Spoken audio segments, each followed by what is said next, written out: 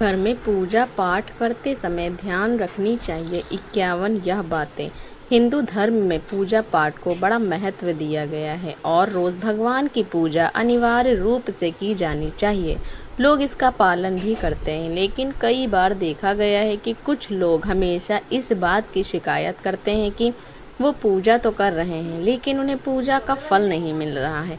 दिन रात भगवान के नाम को भजते हैं, लेकिन भगवान उनकी प्रार्थना नहीं सुन रहे हैं। इसके कई कारण हो सकते हैं, लेकिन एक बड़ा कारण पूजा के नियमों में गड़बड़ी होना भी है।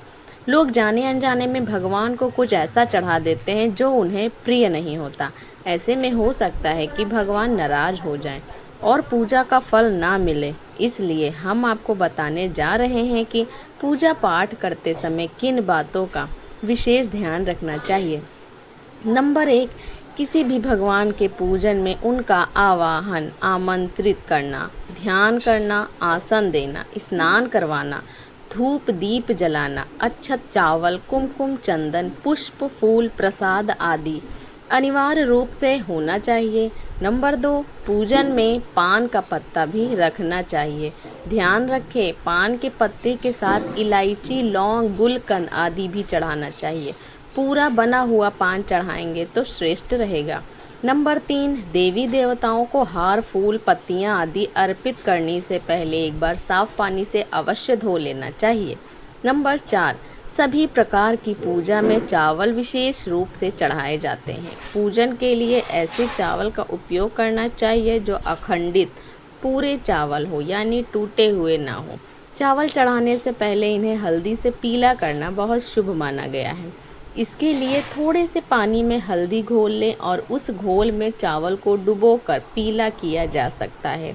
नंबर 5, पूजन में इस बात का विशेष ध्यान रखें कि पूजा के बीच में दीपक बुझना नहीं चाहिए। ऐसा होने पर पूजा का पूर्ण फल प्राप्त नहीं हो पाता है। नंबर 6, भगवान विष्णु को प्रसन्न करने के लिए पीले रंग का रेशमी कपड़ा चढ़ाना चाहिए। माता दुर्गा, सूर्य देव व श्री गणेश को प्रसन्न करने के लिए लाल रंग का, भगवान शिव को प्रसन्न करने के लिए सफ़ेद वस्त्र अर्पित करना चाहिए। नंबर 7, किसी भी प्रकार के पूजन में कुल देवता, कुल देवी, घर के वास्तु देवता, ग्राम देवता आदि का ध्यान करना भी आवश्यक है। इन सभी का पूजन भी करना चाहिए। नंबर 8, पूजन में हम जिस आसन पर बैठते हैं उसे पैरों से इधर उधर खिसकाना नहीं चाहिए। आसन को हाथों से ही खिसकाना चाहिए। नंबर 9, यदि आप प्रतिदिन घी का एक दीपक भी घर में जलाएंगे तो घर के कई वास्तु दोष भी दूर हो जाएंगे। नंबर 10, सूर्य, गणेश, दुर्गा, शिव और विष्णु ये पंचदेव कहलाते हैं। इनकी पूजा सभी कार्यों में अनिवार्य रूप से की जानी चाहिए। प्रतिदिन पूजन करते समय इन पंचदेव का ध्यान करना चाहिए। इससे लक्ष्मी कृपा और समृद्धि प्राप्त होती है। नंबर 11, तुलसी के पत्तों को 11 दिनों तक बासी नहीं माना जाता है। इसकी पत्तियों पर हर रोज जल छिड़क कर पुनः भगवान को अर्पित किया जा सकता है। नंबर 12, दीपक हमेशा भगवान की प्रतिमा के ठीक सामने ही रखना चाहिए। कभी कभी भगवान की प्रतिमा के सामने दीपक ना रखकर इधर उधर रख दिया जाता है, जबकि यह सही नहीं है। 13, घी के दीपक के लिए सफ़ेद रुई की बत्ती का ही उपयोग किया जाना चाहिए, जबकि तेल के दीपक के लिए लाल धागे की बत्ती श्रेष्ठ बताई गई है। नंबर 14, पूजन में कभी भी खंडित दीपक नहीं जलाना चाहिए। धार्मिक कार्यों में खंडित सामग्री शुभ नहीं मानी जाती है। नंबर 15, शिव जी को बिल्व पत्र अवश्य चढ़ाएं और किसी भी पूजा में मनोकामना की सफलता के लिए अपनी इच्छा के अनुसार भगवान को दक्षिणा अवश्य चढ़ानी चाहिए, दान करना चाहिए। दक्षिणा अर्पित करते समय अपने दोषों को छोड़ने का संकल्प लेना चाहिए।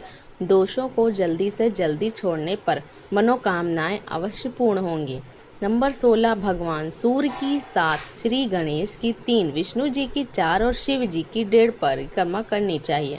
नंबर 17, घर में या मंदिर में जब भी कोई विशेष पूजा करें तो अपने इष्ट देव के साथ ही स्वास्तिक कलश, नवग्रह देवता, पंच लोकपाल, षोडश मार्तका, सप्त मार्तका का पूजन भी अनिवार्य रूप से किया जाना चाहिए। इन सभी की पूरी जानकारी किसी ब्राह्मण पंडित से प्राप्त की जा सकती है।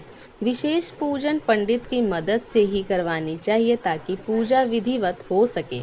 नंबर 18, घर में पूजन स्थल के ऊपर कोई कबाड़ या भारी चीज ना रखें।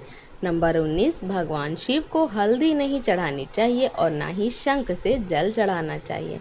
नंबर 20, पूजन स्थल पर पवित्रता का ध्यान रखें। चप्पल पहनकर कोई मंदिर तक नहीं जाना चाहिए। चमड़े का बेल्ट या पर्स अपने पास रख कर पूजा ना करें।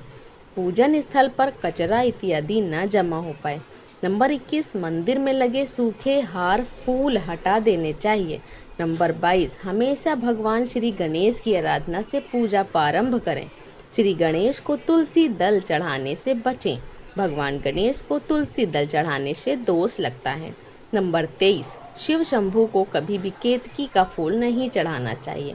पौराणिक कथाओं के अनुसार भगवान शिव ने केतकी को श्राप दिया था, इसलिए भगवान शिव को यह फूल नहीं चढ़ाना चाहिए, वरना भक्तों के काम बिगड़ सकते हैं। नंबर 24, भगवान की प्रतिमा को स्नान करवाते वक्त सिर्फ उंगलियों का प्रयोग करें। भगवान को स्नान करवाते समय कभी भी अंगूठे का इस्तेमाल नहीं करना चाहिए। ऐसा करने से भगवान अप्रसन्न होते हैं और घर में विपत्ति आती है। नंबर 25, दीपक को कभी भी जमीन पर रखकर प्रज्वलित ना करें।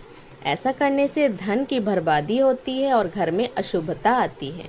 नंबर 26, पूजा के वक्त अगरबत्ती का प्रयोग ना करें। ऐसा इसलिए क्योंकि इसे बांस की लकड़ियों के साथ बनाया जाता है और बांस की लकड़ियों का प्रयोग अंतिम संस्कार में किया जाता है, इसलिए इसे अशुभ माना गया है। नंबर 27, रविवार के दिन तुलसी के पत्ते तोड़ने से बचें। मान्यताओं के अनुसार रविवार के दिन तुलसी के पत्ते तोड़ने से भगवान विष्णु अप्रसन्न होते हैं। नंबर 28, भगवान शालिग्राम को कभी चावल अर्पित नहीं करना चाहिए। वास्तु शास्त्र के अनुसार ऐसा करने से दोष लगता है। नंबर 29, पूजा में गंदे कपड़े पहनकर ना बैठें। कभी भी गंदे कपड़े पहनकर पूजा नहीं करना चाहिए।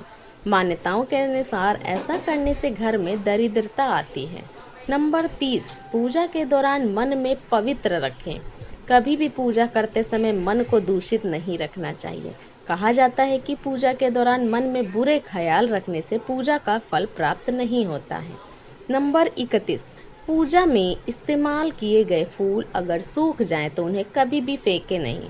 सूखे हुए फूलों को किसी पवित्र नदी में प्रवाहित कर दें। नंबर 32, शास्त्रों के अनुसार घर में पूजा करने का स्थान ईशान कोण में होना चाहिए। उत्तर दिशा और पूर्व दिशा के बीच का भाग ईशान कोण होता है। ईशान कोण को शुभ कार्यों के लिए सबसे उत्तम दिशा माना गया है। इस दिशा में पूजा के मंदिर को स्थापित करें। यदि किसी कारण वह ऐसा न भी कर पाए तो भूल कर भी घर के ईशान कोण में गंदगी जमा न होने दें। वह घर के इस हिस्से को सदा पवित्र रखें। ईशान कोण के अतिरिक्त पूर्व दिशा भी पूजा स्थान के लिए श्रेष्ठ मानी जाती है, इसलिए आप घर में ईशान कोण व पूर्व दिशा दोनों में से जहां भी सुविधाजनक रूप से पूजा स्थल की स्थापना कर सकें। नंबर 33, पूजा स्थल में गणेश जी की स्थापना अवश्य करें। इसके लिए एक सुपारी पर लाल धागे मौली को लपेट लें और कुमकुम से तिलक कर एक कटोरी में थोड़े चावल रखकर स्थापित करें।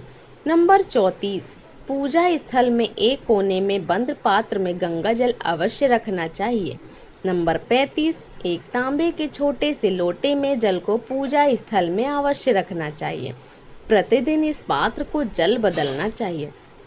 वह पुराने जल को पीपल के पेड़ या तुलसी के पौधे में डाल सकते हैं।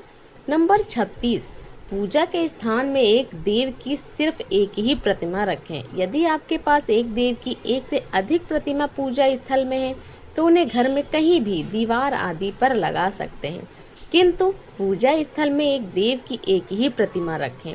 नंबर 37, घर में पूजा के स्थान पर कभी भी बड़ी मूर्तियां नहीं रखनी चाहिए। बड़ी मूर्तियों में प्राण प्रतिष्ठा होना अनिवार्य हो जाता है, इसलिए बड़ी मूर्तियों मंदिरों के लिए उचित है। पूजा स्थल में छोटी मूर्ति रख सकते हैं। नंबर 38, पूजा करने के स्थान पर भूल कर भी अपने पितृदेव, स्वर्गीय माता पिता या गुरु की फोटो न लगाएं, उनका स्थान अलग रखें। नंबर 39, पूजा स्थल में कूड़ा कचरा एकत्रित ना होने दें। प्रतिदिन पूजा घर की सफाई करें। नंबर 40, अगर आपने पूजा घर में कोई मूर्ति की स्थापना की हुई है तो ध्यान दें, मूर्ति का कोई भी हिस्सा खंडित नहीं होना चाहिए। मूर्ति खंडित होने पर तुरंत उसे वहां से हटा दें। खंडित मूर्ति को बहते जल में विसर्जित कर सकते हैं। नंबर 41, पूजा के समय यदि संभव हो तो शुद्ध देसी गाय के घी का प्रयोग करें। वह भोग लगाने के लिए अग्रिम गाय के गोबर के कंडों उपलों का ही प्रयोग करना उत्तम माना गया है। नंबर 42, पूजा पाठ के समय गूगल युक्त धूपबत्ती का प्रयोग करें। गूगल घर के वातावरण को शुद्ध और घर से नकारात्मक ऊर्जा या बुरे दोष को दूर करती है। नंबर 43, रात्रि को सोते समय पूजा स्थल को लाल पर्दे द्वारा ढक दें व सुबह होने पर पर्दे को हटा दें। नंबर 44, श्रीमद् भगवद गीता में बताया गया है कि पूजा करते समय कभी भी एक हाथ से प्रणाम नहीं करना चाहिए। ऐसा करने से व्यक्ति के सभी पुष्ट नष्ट हो जाते हैं। प्रणाम हमेशा दोनों हाथ जोड़कर किया जाता है। वही अपनी पिता और बड़े भाई को लेटकर प्रणाम करना चाहिए और माता के सामने झुककर प्रणाम करना चाहिए। 45, शास्त्रों के अनुसार जप करते समय हमेशा दाहिने हाथ को कपड़े से या फिर गौमुखी से ढककर रखना चाहिए। जप के बाद आसन के नीचे की भूमि को स्पर्श पूजना चाहिए। साथ ही यह भी ध्यान रखें कि कभी भी कोई वस्तु या फिर दान बायां हाथ से ना दें। इनके लिए हमेशा दाहिने हाथ का प्रयोग करें। 46, पुराणों में चरण स्पर्श करने का भी विधान बताया गया है। कभी भी ऐसे व्यक्ति के चरण स्पर्श नहीं करना चाहिए जो सो रहा हो। सनातन धर्म के अनुसार लेटे हुए व्यक्ति के चरण स्पर्श तभी किए जाते हैं जब उसकी मृत्यु हो चुकी हो। सोते हुए व्यक्ति के पैर छूना पाप करने जैसा सामना माना गया है। 47, पूजा करते समय भगवान को फूल चढ़ाना शुभ माना जाता है। कुछ फूल देवी देवताओं को विशेष रूप से प्रिय होते हैं और फूल चढ़ाते समय इस बात का ध्यान रखना चाहिए, जैसे दुर्गा माँ को लाल और भगवान विष्णु को पीले रंग के ही फूल चढ़ाने चाहिए। पूजा में कभी भी बासी फूल नहीं चढ़ाने चाहिए, यह अशुभ माना जाता है। 48, पूजा में इस्तेमाल कलश या जल के लोटे को हमेशा ईशान कोण में रखना चाहिए। दीपक और कलश को एक दूसरे के बिल्कुल पास कभी न रखें, वरना इसके दुष्प्रभाव झेलने पड़ते हैं। 39, पूजा हमेशा आसन पर बैठकर ही करना चाहिए। आसन पर बैठकर पूजा न करने से इसका फल नहीं मिलता है। आसन के रंग का चुनाव आप